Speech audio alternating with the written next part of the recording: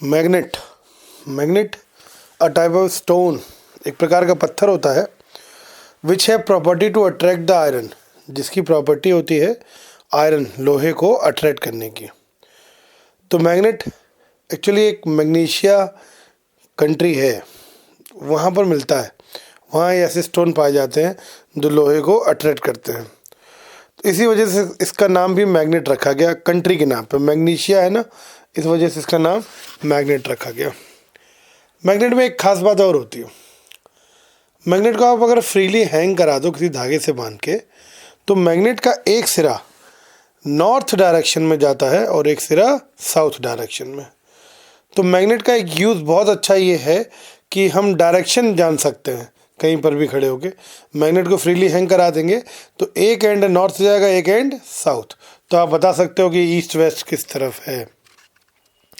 Magnet को हम lab में भी बना सकते हैं। वैसे दो प्रकार के मैग्नेट होते हैं, artificial magnet, natural magnet. Natural magnet वो मैग्नेट जो नेचर में मिलता है, पत्थर होते हैं, स्टोन होते हैं, प्रकृति बनाती है जिनको। और आर्टिफिशियल मैग्नेट हम लैब में बना सकते हैं किसी लोहे के टुकड़े में by passing the DC, direct current को पास करा के। हाँ, डायरेक्ट करंट को पास कराएंगे तो मैग्नेट बनेगा, ध्यान रखिएगा। अल्टरनेटिंग करंट से मैग्नेट नहीं बनता। अल्टरनेटिंग करंट से तो अच्छा खासा मैग्नेट डीमैग्नेटाइज और हो जाए, उसकी चुंबकीय शक्ति ख़त्म और हो जाए। तो DC uses for the formation of magnet, not AC. Alternating current नहीं यूज़ करते।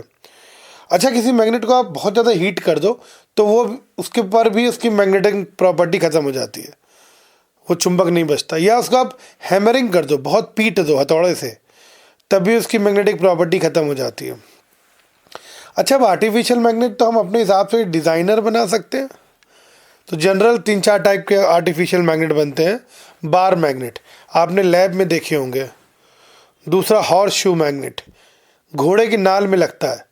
घोड़े का कभी मौका मिले तो घोड़े का पैर उठा के संभाल के उठाइएगा और देखिएगा उसके नीचे एक लोहे का मैग्नेट लगा करता है, उसे कहते हैं हॉर्स शू मैग्नेट या फिर U shaped magnet. U shape होता है, जैसे इंग्लिश का लेटर यू है, उसका यू शेप्ड मैग्नेट। तीसरा मैग्नेटिक निडल। मैग्नेटिक निडल भी आपने देखी होगी लैब में। एक्सपेरिमेंट जब N2N और N2S करते हैं तो एक डिबिया होती है, उसके अंदर एक निडल होती है जिसको आप फ्रीली अगर रख दो डिबिया को तो एक सिरा नॉर्थ एक सिरा साउथ जाता है, वो मैग्नेटिक निडल कहलाती है। और फिर होता है रिंग मैग्नेट, ये स्पीकर वगैरह में लगते हैं। स्पीकर में रिंग मैग्नेट, कभी अपने घर में कोई टीवी या वगैरह स्पीकर खोल के देखिएगा तो पीछे एक रिंग टाइप का मैग्नेट लगा होता है, that is known as ring magnet. फिर एक टर्म आती है मैग्नेटिक पोल। यार, किसी मैग्नेट को तुम लोहे के बुरादे में, लोहे के बुरादे में छोटे छोटे आयरन के पीसेस, जैसे लकड़ी का बुरादा होता है वैसे लोहे का बुरादा, आयरन के बहुत बारीक बारीक पीसेस हों, एक डब्बे में भरे हों, उसमें तुम कोई मैग्नेट डाल दो, निश्चित तौर पे आयरन उससे चिपक जाएगा। लेकिन हाँ, तुम देखोगे आयरन जो साइड में होता है सबसे ज़्यादा चिपकेगा और बीच में सबसे कम आयरन के टुकड़े चिपके होंगे। तो पोल वो जगह होती है, इसी को कहते हैं पोल, जहाँ पर सबसे ज़्यादा आयरन चिपकता है, दैट इज़ नोन एज पोल।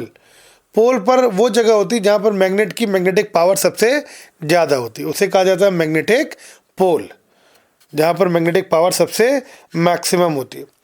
आप इसी को फ्रीली हैंग करा दो तो एक एंड नॉर्थ से जाएगा, एक एंड साउथ। तो जो एंड नॉर्थ से जाता है उसे नॉर्थ पोल कहते हैं और जो एंड साउथ की तरफ जाता है उसे साउथ पोल कहते हैं। North pole and south pole. Pole magnet के थोड़ा सा अंदर होते हैं, पोल मैग्नेट के थोड़ा सा अंदर। तो अगर मान लो जैसे तुमसे कहें एक मैग्नेट की टोटल एक्चुअल लेंथ बताओ, तो भैया टोटल मैग्नेट की लेंथ नाप लेना। लेकिन कई बार कहते हैं मैग्नेट की इफेक्टिव लेंथ बताओ। इफेक्टिव, ध्यान देना, इफेक्टिव। इफेक्टिव लेंथ की डेफिनेशन होती है the minimum distance between the poles.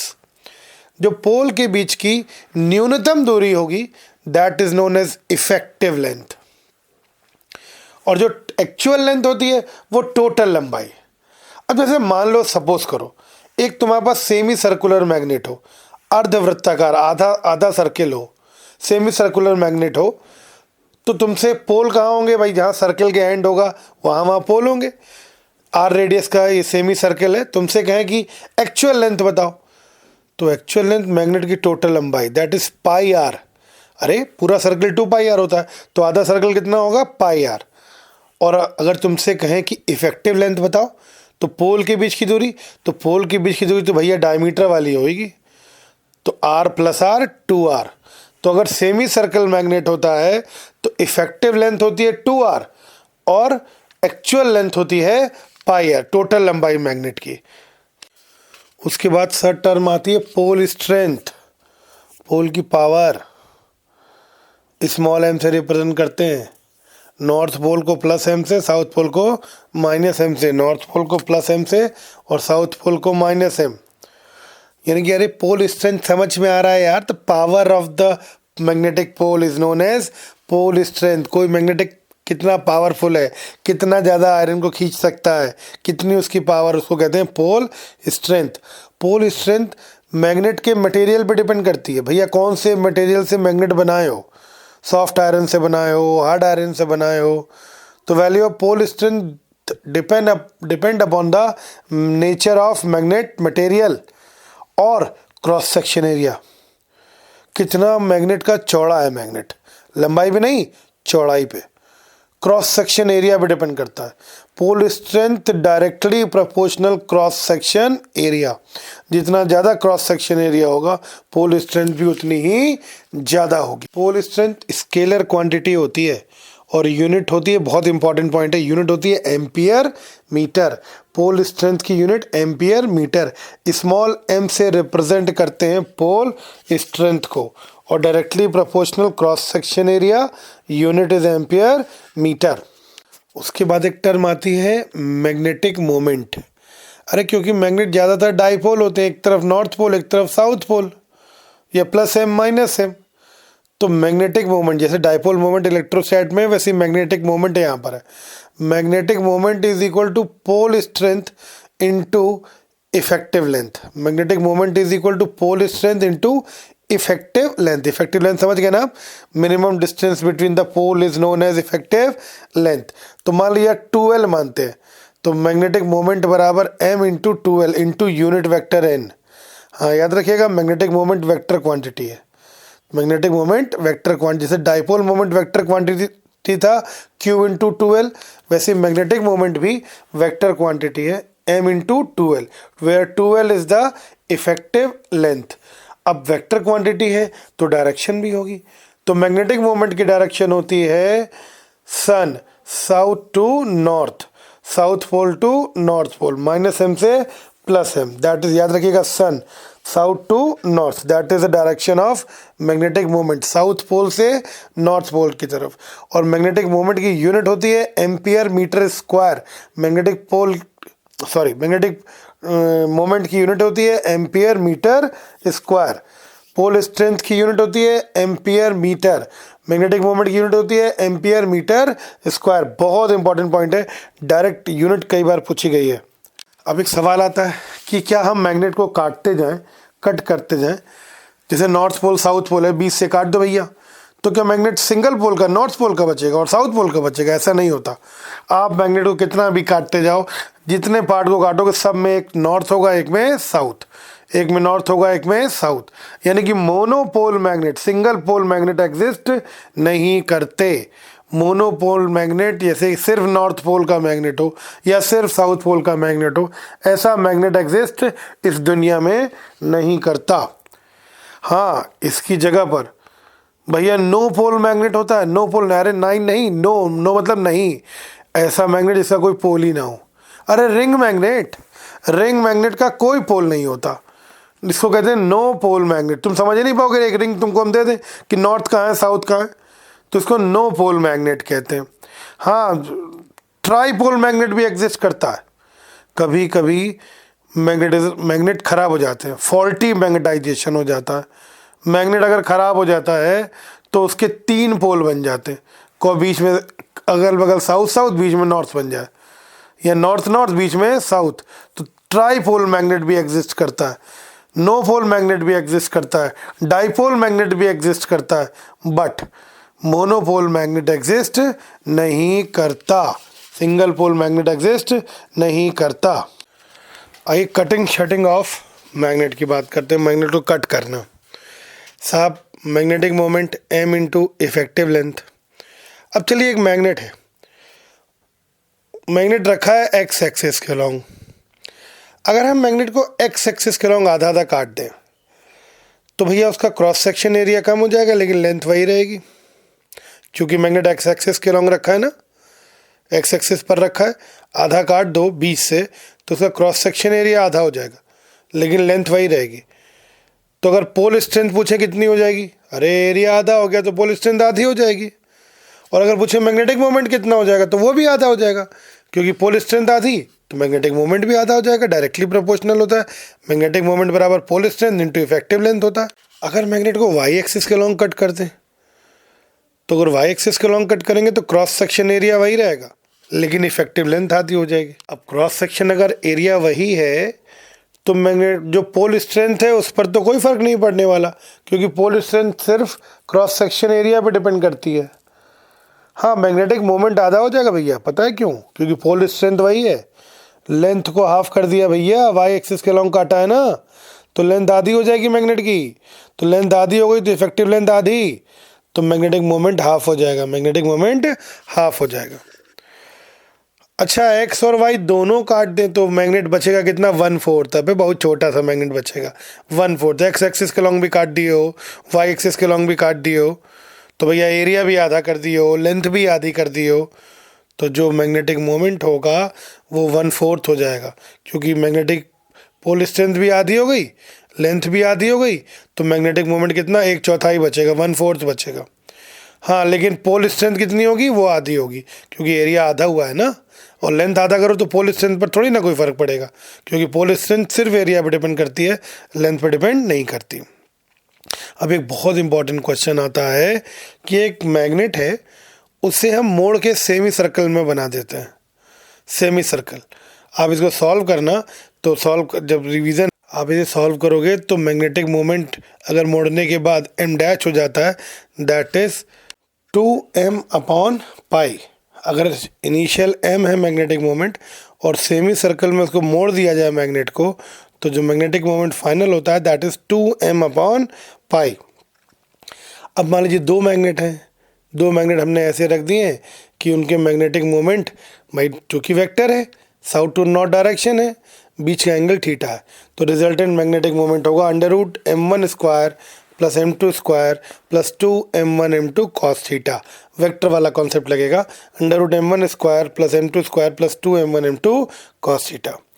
अब सर आप किसी मैग्नेट को रख दो तो वो अपने चारों तरफ एक फील्ड डेवलप करता है, उसे हम मैग्नेटिक फील्ड कहते हैं।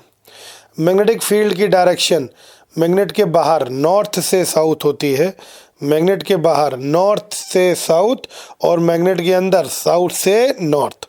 याद रखिएगा, बाहर मैग्नेट के बाहर नॉर्थ से साउथ और मैग्नेट के अंदर south to north. Magnetic line of forces closed curve होती है, पूरा बंद होती है। नॉर्थ से चलेगी साउथ और साउथ से मैग्नेट के अंदर साउथ से नॉर्थ, पूरा इसको बंद कर दो, क्लोज्ड कर्व होती है magnetic line of forces, closed curve. बाकी डायरेक्शन देखनी है तो टेंजेंट डाल दो पॉइंट पर, तो मैग्नेटिक फील्ड की डायरेक्शन आ जाती है। जितनी क्लोज लाइनें होंगी मैग्नेटिक फील्ड उतनी ही ज़्यादा पावरफुल होगी। ये कभी भी एक दूसरे को इंटरसेक्ट नहीं करती। मैग्नेटिक फील्ड इंटेंसिटी, अब जैसे इलेक्ट्रिकल फील्ड इंटेंसिटी था वैसे मैग्नेटिक फील्ड इंटेंसिटी है। The strength of magnetic field is known as magnetic field intensity. Vector quantity है, यूनिट होती है tesla, weber per metre square या फिर गॉस भी कहते हैं। मैग्नेटिक फील्ड इंटेंसिटी, चुंबकीय क्षेत्र की तीव्रता। अब इसके बाद एक टर्म आता है इन्वर्स स्क्वायर लॉ। भाई दो मैग्नेट तुम आमने सामने रख दो, दो पोल आमने सामने रख दो, एक का पोल स्ट्रेंथ है m1, एक का पोल स्ट्रेंथ है m2 और बीच की दूरी है r। तो जो इन्वर्स स्क्वायर लॉ है कहता है कि इन दोनों पोल के बीच में जो फोर्स लगेगा वो डायरेक्टली प्रोपोर्शनल m1 m2 होगा और इन्वर्सली प्रोपोर्शनल r² होगा। तो F directly proportional m1 m2 and inversely proportional r², पूरा कंबाइन कर दे तो F is equal to m1 m2 upon r²। m1 m2 यहाँ पर पोल स्ट्रेंथ है स्मॉल एम है अपॉन आर स्क्वायर, प्रोपोर्शनल हटाएंगे कांस्टेंट लगाएंगे that is mu naught upon 4 pi, तो force is equal to mu naught upon 4 pi m1 m2 upon r square, जहाँ म्यू नॉट अपॉन 4 पाई की वैल्यू होती है 10 to power -7। Mu naught is a permeability और CGS unit में इसकी value होती है 1, 10 टू पावर -7 होती है MKS यूनिट में और CGS में होती है 1। मैग्नेटोमीटर भैया एक डिवाइस होती है, उससे हम मैग्नेटिक मोमेंट वगैरह निकालते हैं। क्या होता है कि एक रिंग टाइप का होता है, उसमें हम मैग्नेट फंसा देते हैं और उसको ऑसिलेट करवा देते हैं, ऑसिलेट, और टाइम पीरियड निकालते हैं और टाइम पीरियड का फार्मूला आता है T is equal to 2 pi under root I upon M B. T is equal to 2 pi under root I upon M B. I है मोमेंट ऑफ इनर्शिया, M है magnetic moment और B है magnetic field intensity. I है moment of inertia, देखिए गलती मत करिएगा, आई moment of inertia है और नीचे M जो है वो मैग्नेटिक मोमेंट है। कई बार आई की जगह लोग M L स्क्वायर बाई 12 लिखते हैं मोमेंट ऑफ इनर्शिया और नीचे भी M लिखा होता है, दोनों को कैंसिल कर देते हैं, बहुत बड़ी ब्लंडर हो जाती है। इसलिए ध्यान से सुनिए, आई मोमेंट ऑफ इनर्शिया है, मास इंटू L स्क्वायर जो भी हो L स्क्वायर बाई 12, ठीक, और जो नीचे M लिखा है M B में M is magnetic moment and B is magnetic field intensity. Sir इससे हम टाइम पीरियड निकाल सकते हैं, कई चीज़ें मैग्नेटिक, अगर टाइम पीरियड पता चल जाए तो मैग्नेटिक मोमेंट निकाल सकते हैं। सर इसमें एक एक्सपेरिमेंट हम करते हैं, दो मैग्नेट को एक साथ फंसा देते हैं, दो मैग्नेट को एक साथ फंसा देते हैं, ऐसे फंसाते हैं कि दोनों के नॉर्थ पोल एक साथ हैं और साउथ पोल एक साथ हैं। अब ऑसिलेट करा देते हैं, तो टाइम पीरियड का फॉर्मूला होगा T is equal to 2 pi under root I1 plus I2, पहले का मोमेंट ऑफ इनर्शिया प्लस दूसरे का moment of inertia upon M1 plus M2 into B. B मतलब जो बाहर से हमने मैग्नेटिक फील्ड लगाई है उसकी इंटेंसिटी।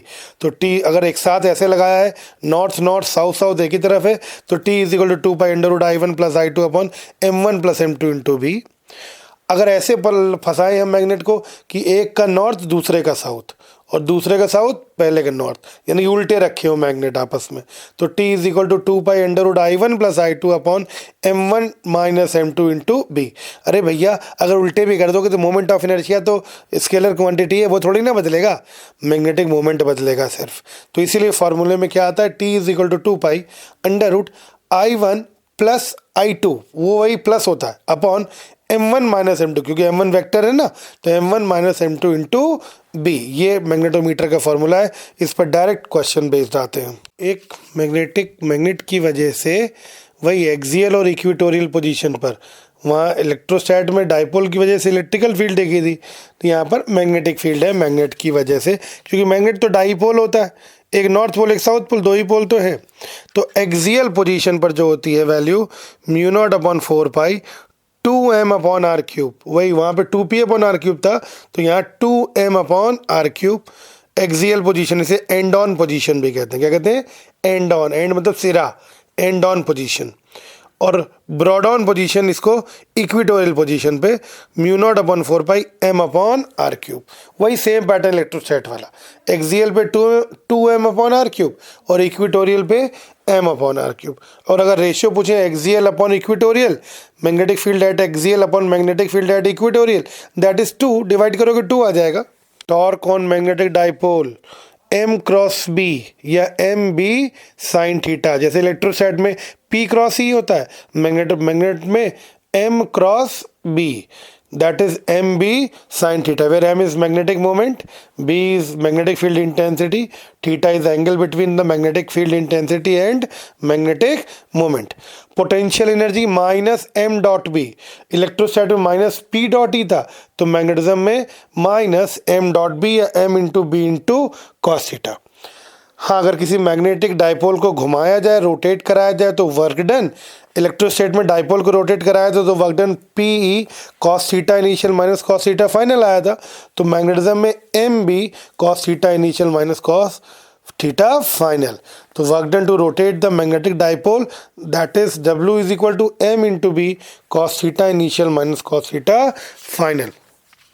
हाँ, इसके बाद अगर दो मैग्नेट को हम आसपास रख दें, इस तरीके से रखें कि वो एक ही एक्सियल लाइन पर हो, और पूछा जाए फोर्स कितना लगेगा, दोनों मैग्नेट का रिजल्टेंट फोर्स, तो एम फोर्स प्रोपोर्शनल 1/r की पावर 4 और potential energy proportional 1/r cube होती है। ये ध्यान रखिएगा।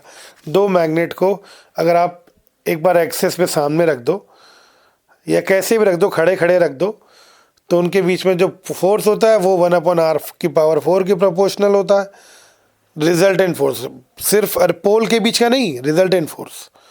और जो पोटेंशियल एनर्जी होती है वो 1/r क्यूब के प्रोपोर्शनल होती है।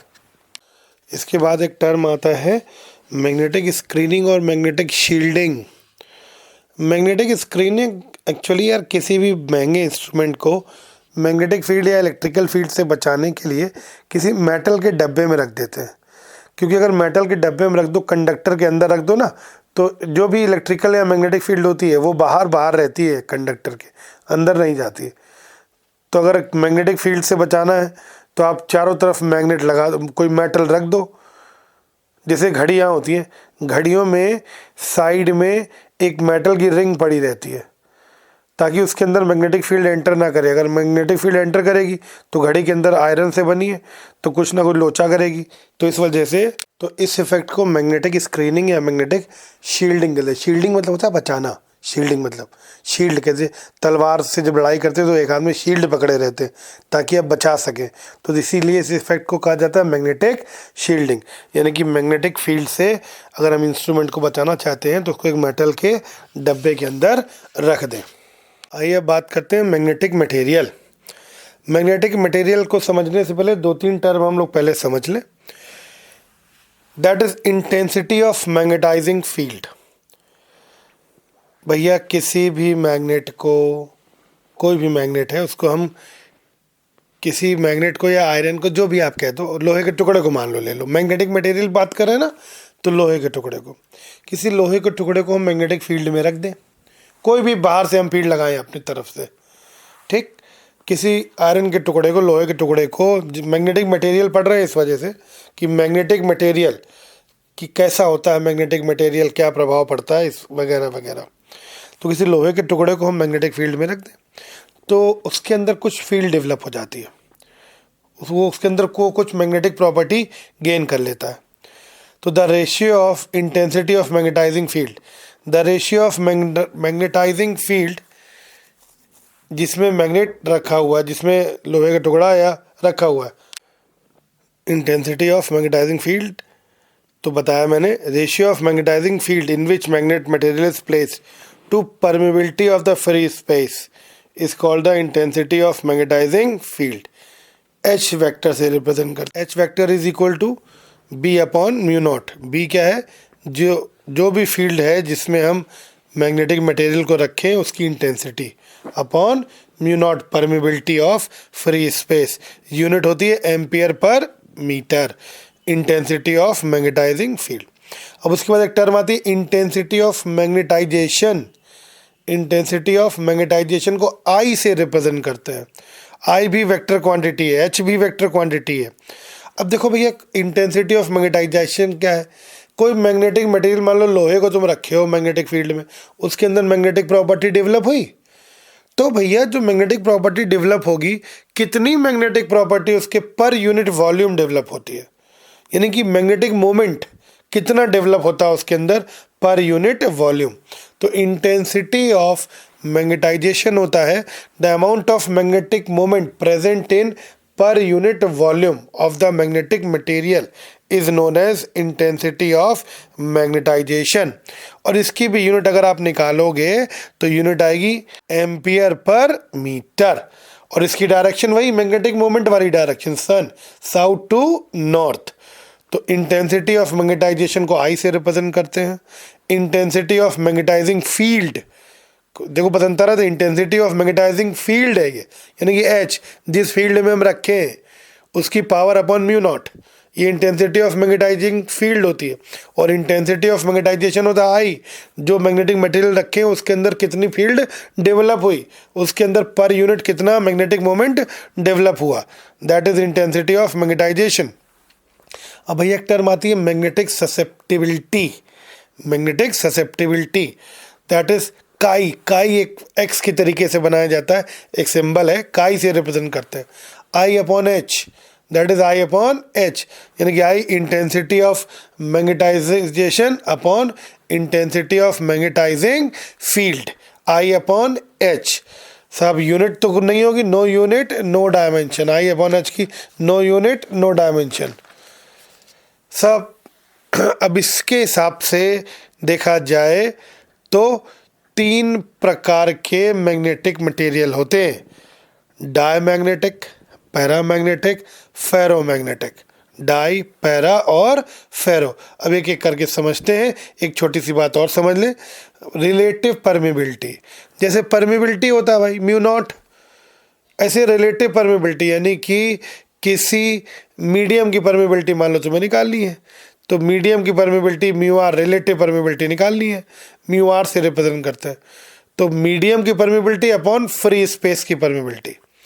तो किसी भी मीडियम की परमिटिविटी अगर आपको म्यू दी है और फ्री स्पेस की म्यू नॉट है, तो रिलेटिव परमेबिलिटी जो म्यू आर होता है that is mu upon mu naught, that is known as relative permeability. Mu medium की permeability, mu naught free space की परमेबिलिटी। हाँ, एक रिलेशन होता है ससेप्टिबिलिटी और परमेबिलिटी में, बहुत इंपॉर्टेंट रिलेशन है। क्या है?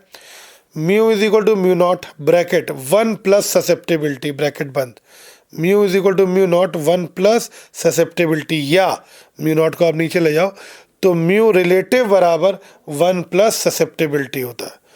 फिर से सुन लीजिए, mu is equal to mu naught bracket 1 plus susceptibility, या म्यू रिलेटिव बराबर 1 plus susceptibility. Very important. Permeability scalar quantity है, ससेप्टिबिलिटी भी स्केलर क्वांटिटी होगी। Permeability is scalar, then susceptibility is also a scalar quantity. फिर मैंने आपको बताया magnetic material, वापस आ गए डायमैग्नेटिक, पैरामैग्नेटिक, फेरोमैग्नेटिक। डायमैग्नेटिक को कैसे एक्सप्लेन करते हैं? Orbital motion of electron theory से, ऑर्बिटल, इलेक्ट्रॉन ऑर्बिटल में घूमते हैं, दैट इज। पैरामैग्नेटिक को कैसे एक्सप्लेन करते हैं? Spin off motion of electron, electron अपने एक्सिस के अबाउट भी घूमता है ना, तो स्पिन से रिप्रेजेंट करते हैं। बहुत डिटेल नहीं है ना, याद रखना है बस।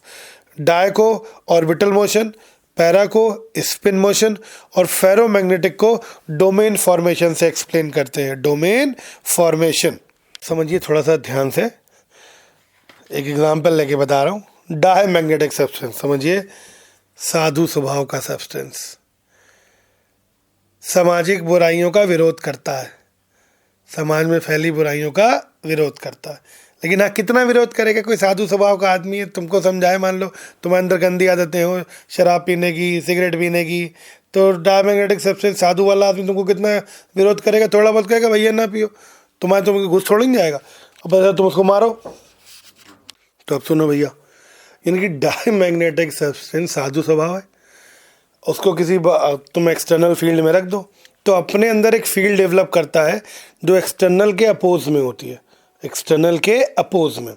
अगर एक्सटर्नल पॉजिटिव एक्स जा रही है तो उसके अंदर फील्ड होगी वो नेगेटिव एक्स, क्योंकि साधु है ना, बाहरी बुराइयाँ, एक्सटर्नल फील्ड उसका अपोज कर रहा है, तो अपने अंदर एक फील्ड डेवलप करता है अपोजिट डायरेक्शन में, लेकिन वैल्यू काफ़ी कम होती है, आई की वैल्यू काफ़ी कम होती है, बहुत ज़्यादा नहीं होती। एच बाहर की फील्ड है और आई उसके अंदर की फील्ड है।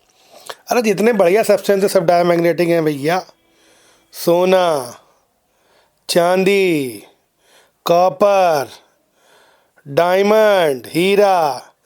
अबे जीने के लिए जो सब्सटेंस हैं, नमक, NaCl, H2O, एयर, सब डायमैग्नेटिक हैं। है ये साधु स्वभाव?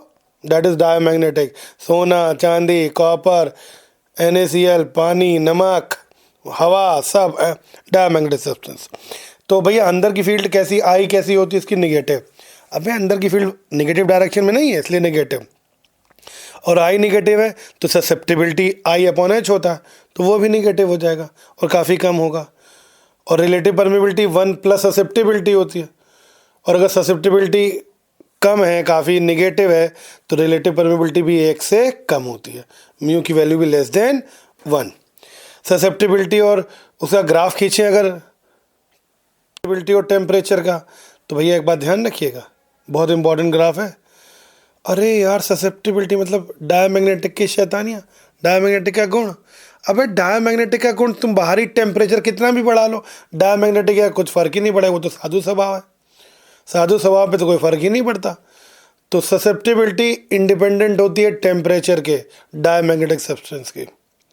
Susceptibility is independent of temperature of diamagnetic substance. साधु स्वभाव है, तुम कितना भी टेम्परेचर, बाहरी परेशानियां बढ़ा दो, तापमान बढ़ा दो, मारो पीटो, कोई फ़र्क नहीं पड़ेगा, इंडिपेंडेंट ऑफ टेम्परेचर।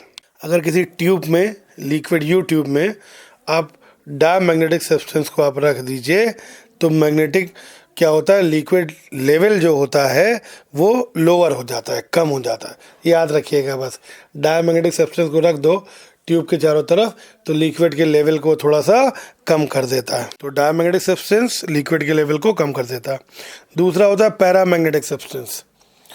डाई तो साधु स्वभाव है, पैरा वाला आज की दुनिया के हिसाब से है सर, थोड़ा शैतान, थोड़ा सीधा, जो आज की दुनिया है, चालाक है पैरामैग्नेटिक सब्सटेंस।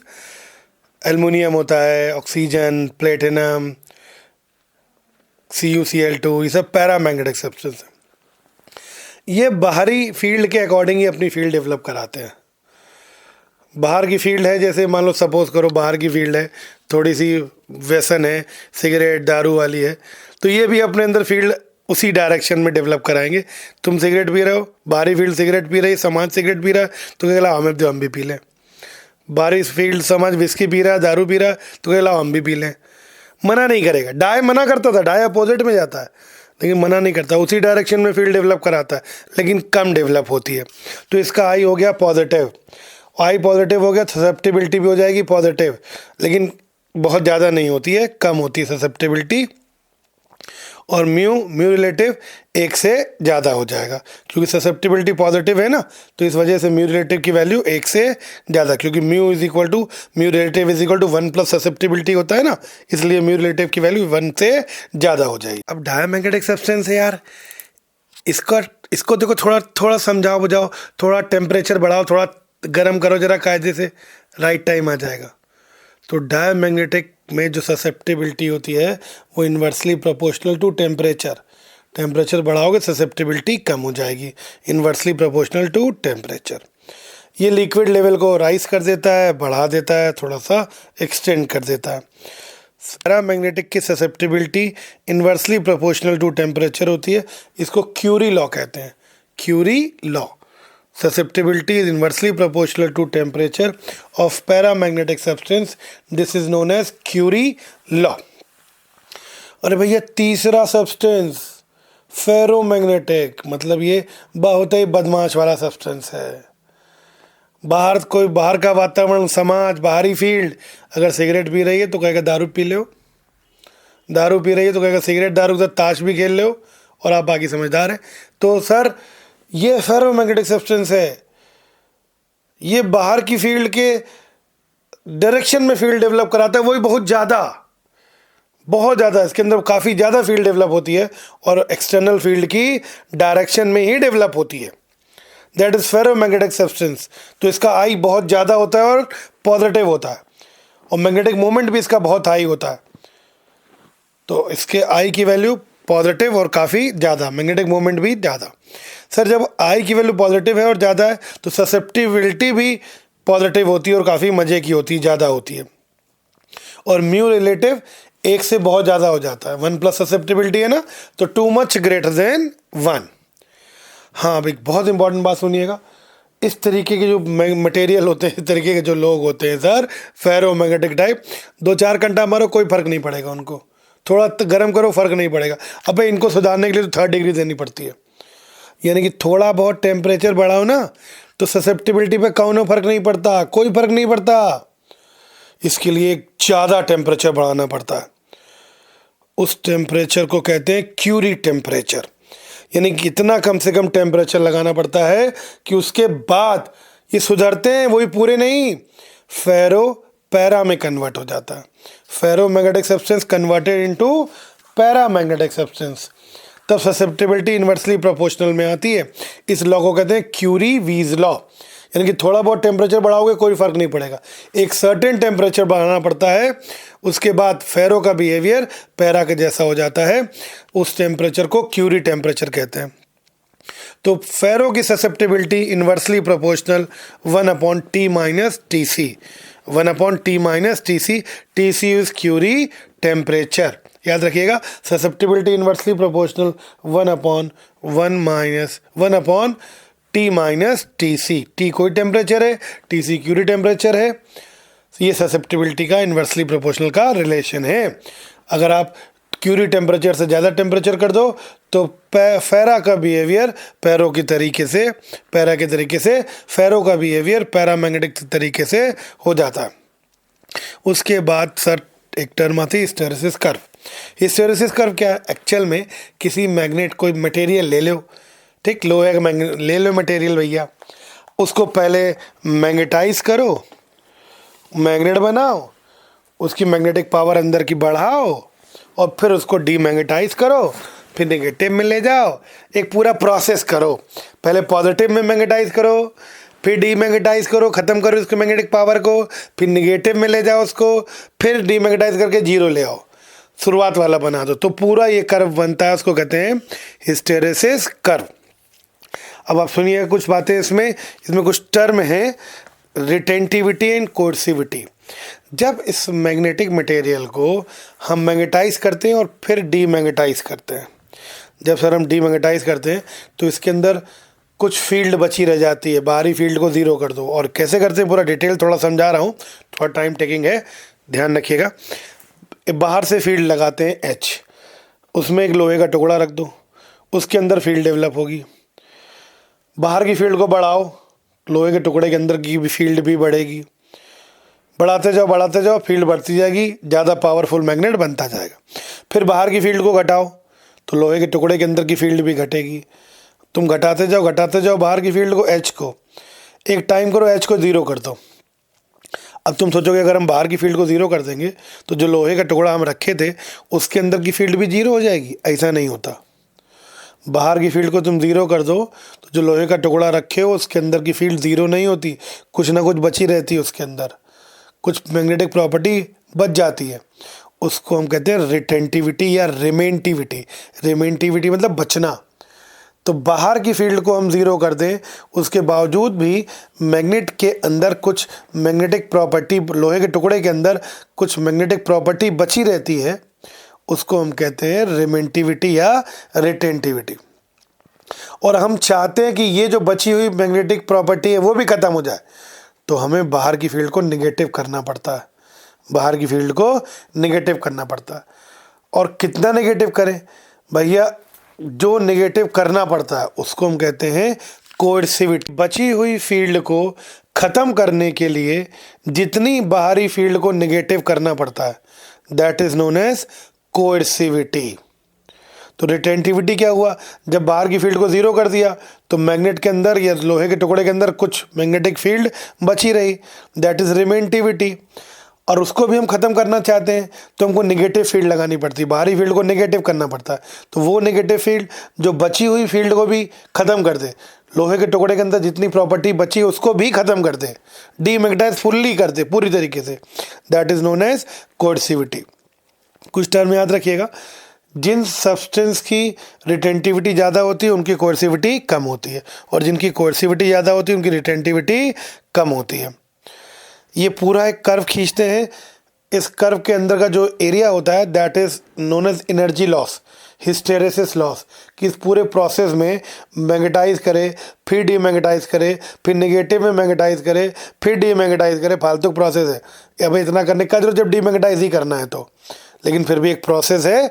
तो उसके अंदर जो एनर्जी लॉस होता है, तो area enclosed by the curve is known as hysteresis loss या फिर एनर्जी लॉस। सॉफ्ट आयरन होता है तो हिस्टैरिसीस लॉस कम होता है, तो थिन होता है, ये कर्व बनता है तो वो थिन पतला। हार्ड आयरन होता है तो एनर्जी का लॉस ज़्यादा होता है, तो उसमें ये कर्व थिक होता है, मोटा होता है ये curve. This is magnetic material. ये मैग्नेटिक मटेरियल खत्म हुआ।